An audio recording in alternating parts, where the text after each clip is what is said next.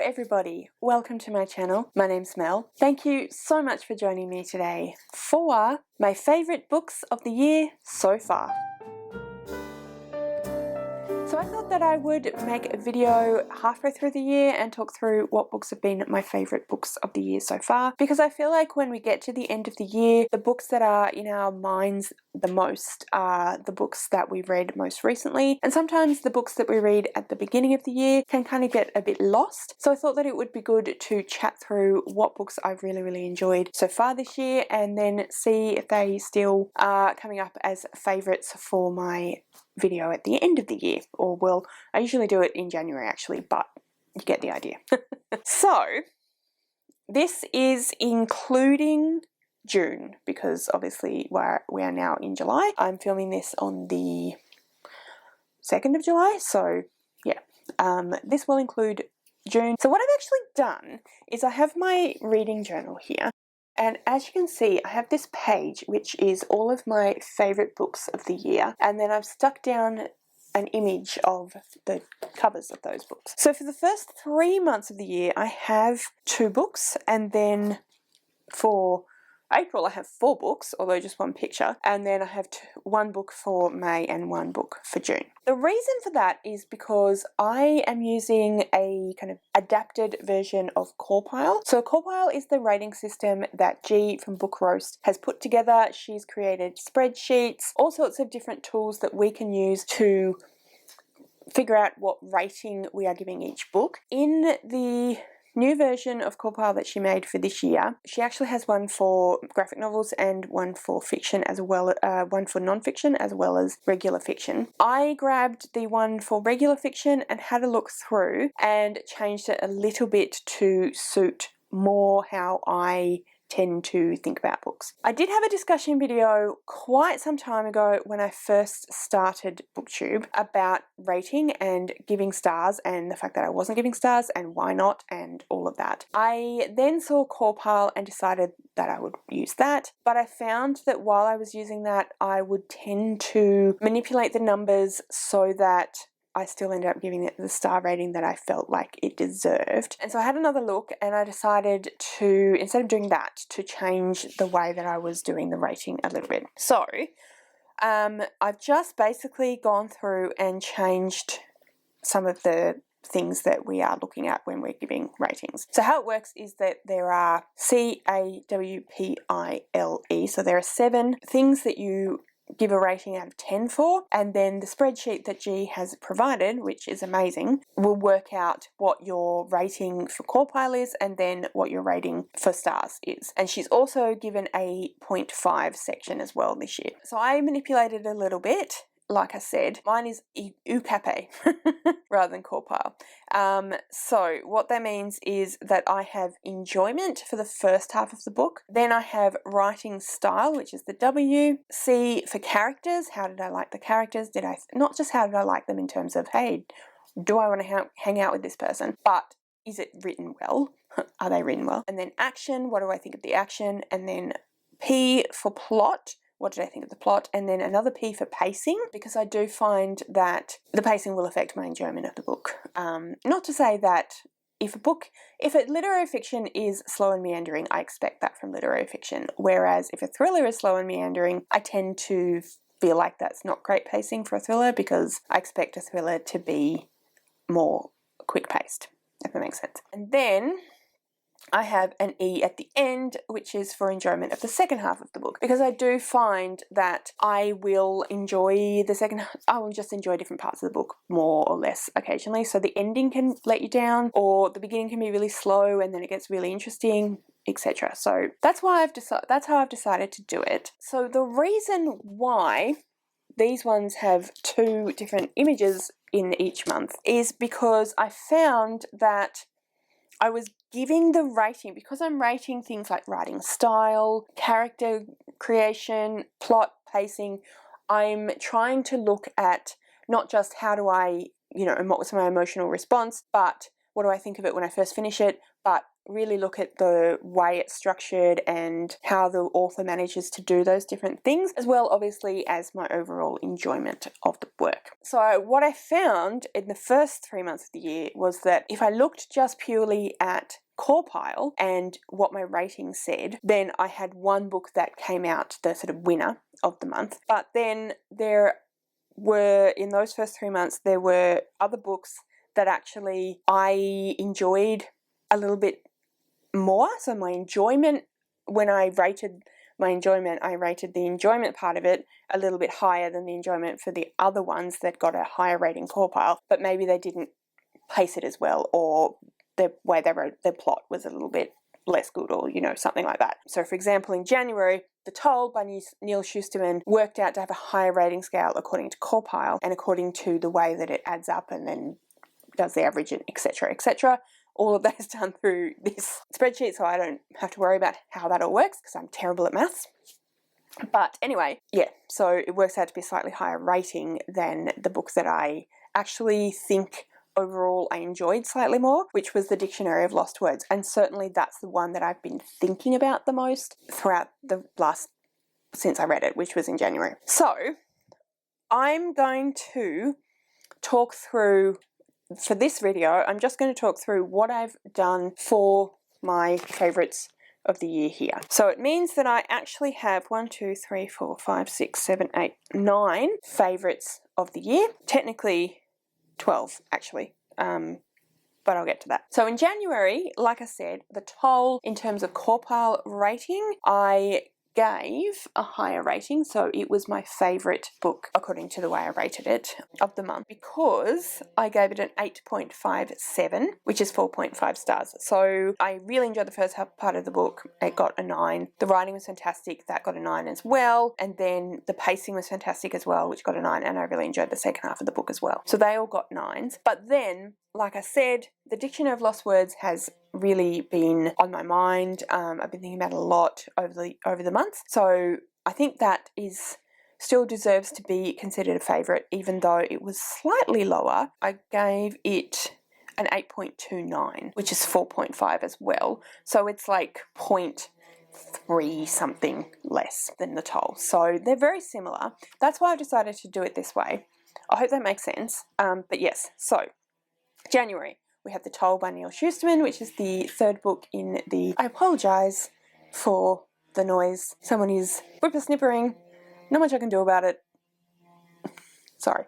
Anyway, which is the third book in this Arc of the Scythe trilogy, which is a sci-fi post-apocalyptic young adult story, and we follow these two characters who are apprentice scythes. So what happened is that humanity figured out how to not die, how to cure most diseases and, in fact, cure death. So nobody dies anymore, but it does mean that because nobody dies anymore, we have a ridiculous population. So we needed to still have people who did die so that the population wouldn't get unmanageable for the earth. So they appointed people as scythes, and their job is to be the Grim Reaper and kill people. Really enjoyed the series. I know that a lot of people have been disappointed by The Toll, and I can certainly see why, but I really enjoyed it as well. Thought it was fantastic. Like I said, according to the ratings, according to the numbers, my favourite book. Definitely really loved it. Do definitely think it's a favourite, but The Dictionary of Lost Words was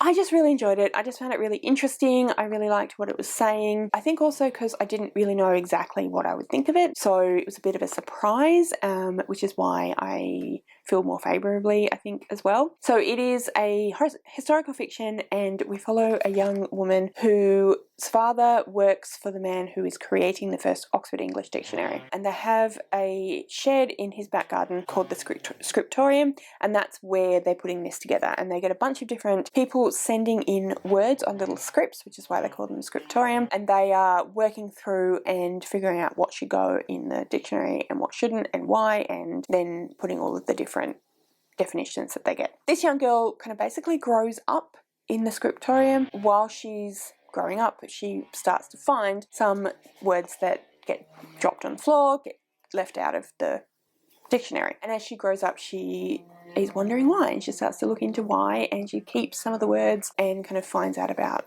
the words and what they mean, and she starts to realize that a lot of words that are more kind of women's words used by women, particularly lower socioeconomic women, are ignored. So yeah, it's a bit of a feminist historical fiction. I really enjoyed it, loved the writing style, thought it was fantastic, really enjoyed the characters, and yeah, just definitely one of my favourite books of the year so far. So that was January, and then we move into February. I actually have 2 books in the same series by the same author for February and March. I've been doing a Tarrying Through Time with Paige and a few other people, and we are reading the Watch series. I think most of us have kind of dropped the ball on a little bit there. I certainly have. I need to pick that up again because I was really enjoying it. But anyway, we've been reading the Watch series, which is one of the series in the Discworld series. So in February I read Men at Arms, and in March I read Feet of Clay. And same again, technically, according to the numbers, they are my favourite books of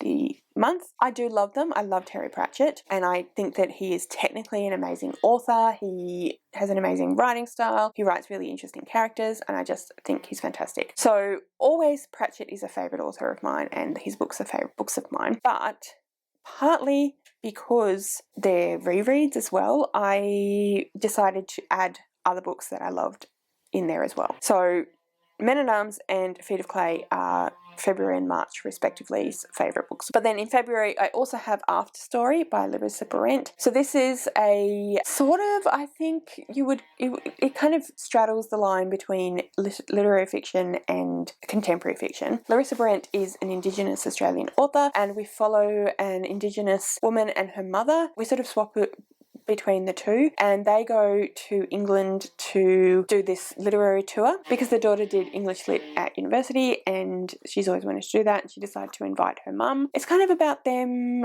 I guess, figuring out their relationship, trying to build their relationship, and I just really enjoyed it. Again, I thought the writing style was fantastic. I really liked the way that Larissa Behrendt wrote her characters and what she was talking about, what was going on, so that is another favourite for February. Then in March I had, like I said, Feet of Clay, and then I had The Murder of Mary Russell. So this is book number 15, I think, in the Mary Russell series by Laurie King. This is a series of books that is a Sherlock Holmes retelling. So that we follow our main character Mary Russell, and in the first book, when Mary Russell is 16, she literally runs into the retired Sherlock Holmes on the Sussex Downs in England, and they form an apprenticeship relationship. So she becomes his apprentice, and they develop this kind of partnership throughout that book, and then the rest of the series is about their partnership, and they solve a series of crimes by adventures, all that sort of thing. I love this series. It's absolutely one of my favourite series of all time. Having said that though, I haven't finished it, so this was the next installment that I was up to, and I really loved it. I really, really enjoyed it, and I'm not going to go into detail about what this book is about because it's quite a ways into the series, but I think Laurie King is an incredibly intelligent writer. I just love the way she writes. I love the way she writes Mary. I think Mary is a very intelligent character, and yeah, I just really, really enjoy these books. I really enjoy all the books from Laurie King that I've read. Like I said, very intelligent author. I can really see the research and very intentional writing, and just fantastic. So that is a favourite of mine for the year as well. Okay, then we come to April. So I've only got one image here, but it's actually 4 books, and it is the 4 volumes of Heartstopper that are currently out. So yes, as you know, in April, Heartstopper the TV show came out, and I relatively quickly became completely obsessed. Read the webtoons of the 4 volumes, absolutely loved them, gave them all 5 stars, have subsequently bought them all. I've read the first 2 again. Don't think I've read the second. Yes, no, I don't think I have, but anyway, I have them. So, but yeah, I absolutely love them. I thought they were fantastic, and they're my favourite that month. So I feel like I don't need to describe Heartstopper at all. I think I've been talking about it non-stop, but also I think most people know what it is. So yeah, I'm just going to say absolutely wonderful. One of my favourites so far this year and the favourite of April. So yeah, then we come to May, and I only have one favourite because it was, according to the numbers, technically my favourite, but also I love it. I thought it was absolutely amazing, absolutely fantastic. Really, really enjoyed it, and it was my favourite for that month. In fact, it was one of my favourites that I said for the year, my two favourite books of the year. One was The Dictionary of Lost Words, and the other one was this one, which is The Song of Achilles by Madeline Miller. So the Song of Achilles is a Greek legend retelling, and it tells the story of Patroclus and Achilles. Achilles being the Greek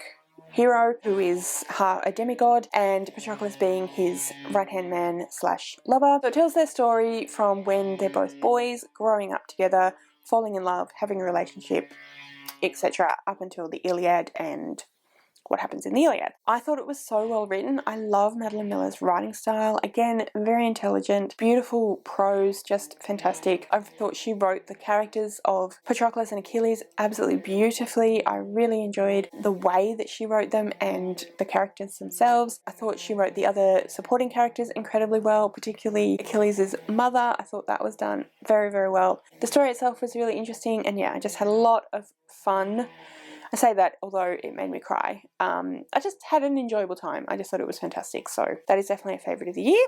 And then finally June, and my favourite both technically from a numbers point of view and also from just the book that I really enjoyed, was The 10,000 Doors of January by Alix E. Harrow. Similar to the Dictionary of Lost Words, I think partly I really enjoyed this book because I was a little bit surprised by how much I enjoyed the book. So I was expecting to like it, but not necessarily to love it, but I loved it. I thought it was, again, beautifully written, really nice writing style, really enjoyed the characters, just thought everything was really well done, and I just thought it was a really, really fun, interesting book. So The 10,000 Doors of January is about January, and it's a portal fantasy, and that's all I'm going to say. I highly recommend it if you like any of those things. But yeah, so that's my favourites so far this year. Please let me know if you like the way I did this one. Do you think I should do my end of year like this, where I talk through my kind of technically according to the numbers favourites, and then if I have any others that I also really loved but for whatever reason didn't quite make it